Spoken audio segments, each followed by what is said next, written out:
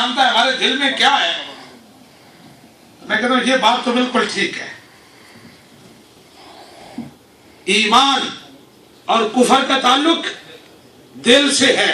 اللہ تعالیٰ دلوں کے راز جانتا ہے، لیکن ہم جو فتویٰ لگاتے ہیں وہ دل پر نہیں لگاتے.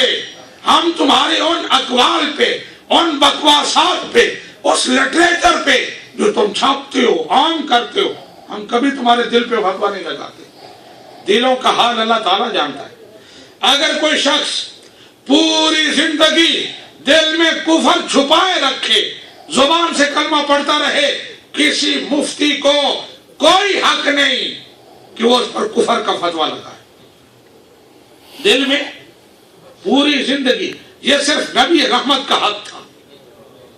آپ نے مسجد سے نکالا، فلاں تو منافق ہے، فلاں تو منافق ہے.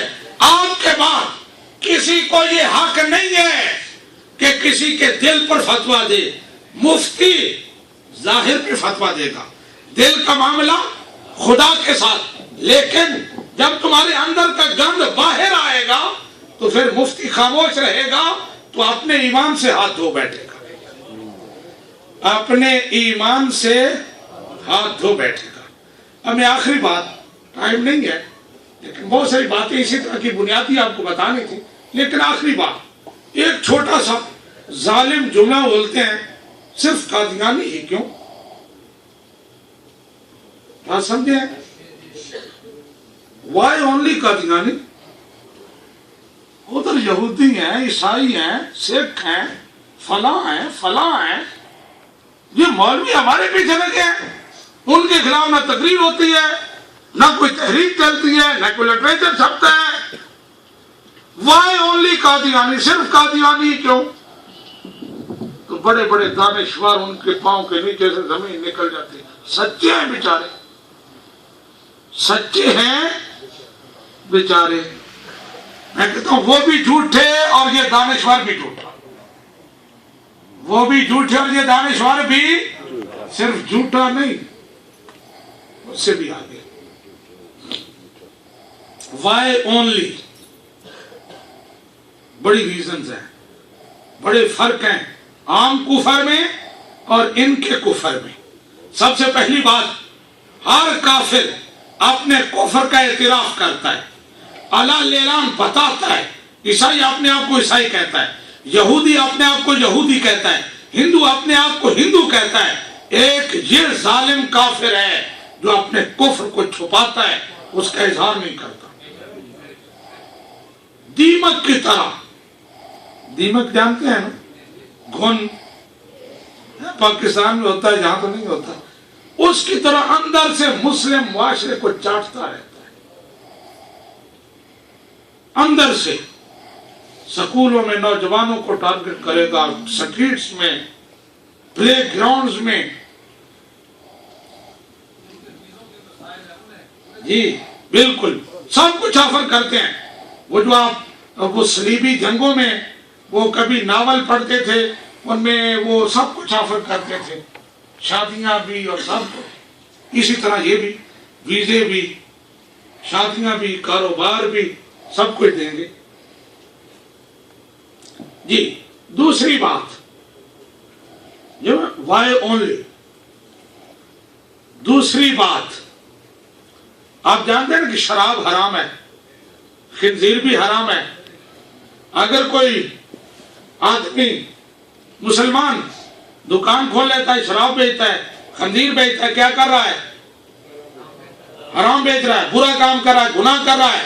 لیکن دوسرے محلے میں، دوسرے بازار میں، ہاں یہ تو گناہ کر رہا ہے.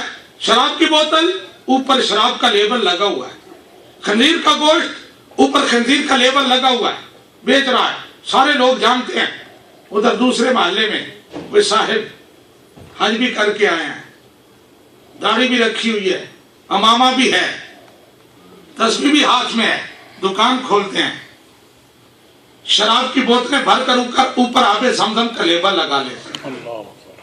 سور کے گوشت کے تھیلے ہیں، اوپر یہ لیم ہے، ہاتھ سے ذبح کیا ہوا، گھر میں ذبح کیا ہوا. اب آپ بتائیں کون سا زیادہ خطرناک ہے؟ وہ جو پہلے جس نے دکان کھولی ہے شراب کو شراب کہہ کے بیچ رہا ہے، حرام کو حرام کہہ کے بیچ رہا ہے، یا وہ دوسرا جس نے اسلام کا لباس بھی پہنا ہے، لیبل بھی چینج کیے ہیں؟ کون سا خطرناک ہے؟ یہ ظالم یہی کچھ کرتے ہیں. دوسرے لوگ اپنا کفر بیچتے ہیں بتا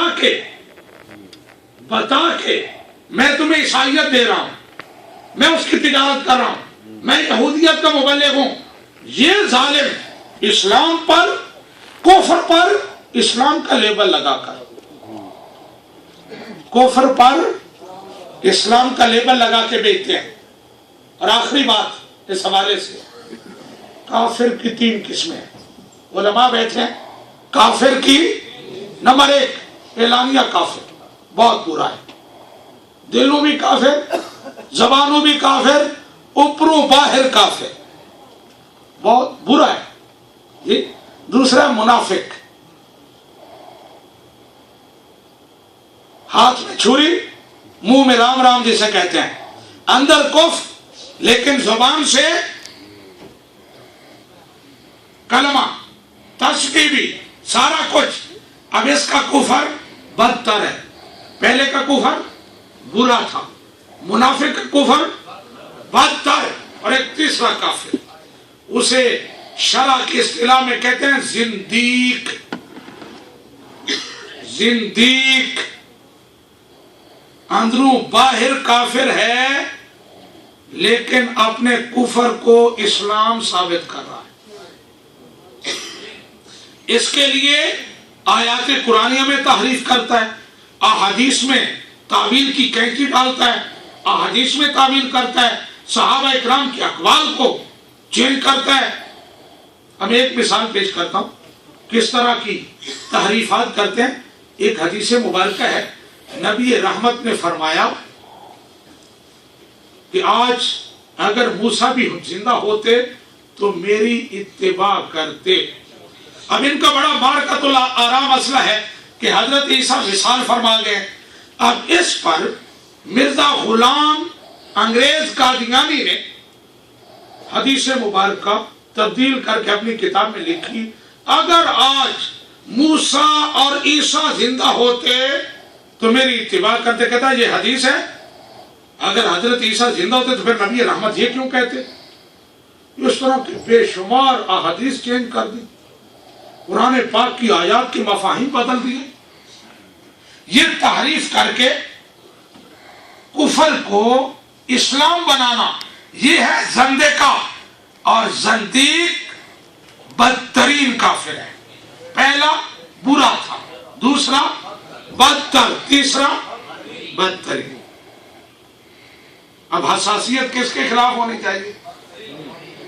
یہ ہمارا روپ دھار کے گاڑی رکھی. اور میں آپ کو یہ بھی بتاؤں بیک گراؤنڈ، میں نے جب یہ عالم اٹھایا اس کی جو وجوہات تھی ان میں ایک واقعہ بڑا دردناک ہے میرے لیے، جس نے مجھے ہلا کے رکھ دیا. یو کے میں ایک بہت بڑی مسجد ہے، جس طرح آپ کی یہ مرکزی مسجد ہے کہ اس میں 5000 بندہ آ سکتا ہے، اس طرح کی صفی اول کی مسجد. اس کے خطیب صاحب مجھے بتانے لگے کہ ہماری مسجد کے جو صدر صاحب ہیں، یہ ابھی کچھ عرصہ پہلے ان کا ایک وہ فوت مرا تھا، وہ مرزا طاہر ان کا خلیفہ. کہتے جب وہ مرا واسط جہنم ہوا تو کیا ہوا؟ وہ میں مسجد سے نکلا ہوں، باہر وہ میری مسجد کے صدر صاحب بیٹھے ہیں اور مجھے ملے ہیں. کہنے علامہ صاحب بڑا افسوس ہے، اللہ تعالیٰ جنت دے گے انہوں. میں نے کہا کیا ہوا؟ وہ پیر صاحب نہیں مرے. کیڑے پیر صاحب؟ تو سانو نہیں پتا، وہ بڑے سونے گئے تھے، امامہ بھدا ہوں سی تھے. میں پھر کو پوچھا، میں نہیں سنا کوئی پیر. وہ ٹی وی تے نہیں سنا دے. اس وقت ٹی وی صرف ہی نہیں تھا، کوئی مسلمانوں کا اور ٹی وی نہیں تھا. پھر میں پہنچا، میں کو ظالم تم کیا کہہ رہے ہو؟ لوگ اس طرح دھوکہ کھاتے ہیں. تو میں اپنی بات ختم کر رہا ہوں، لیکن چلو سن لیا آپ کی بات انہوں نے. یہ MTV ایک چلتا ہے، تو وہ مرتد TV اس کا نام ہے،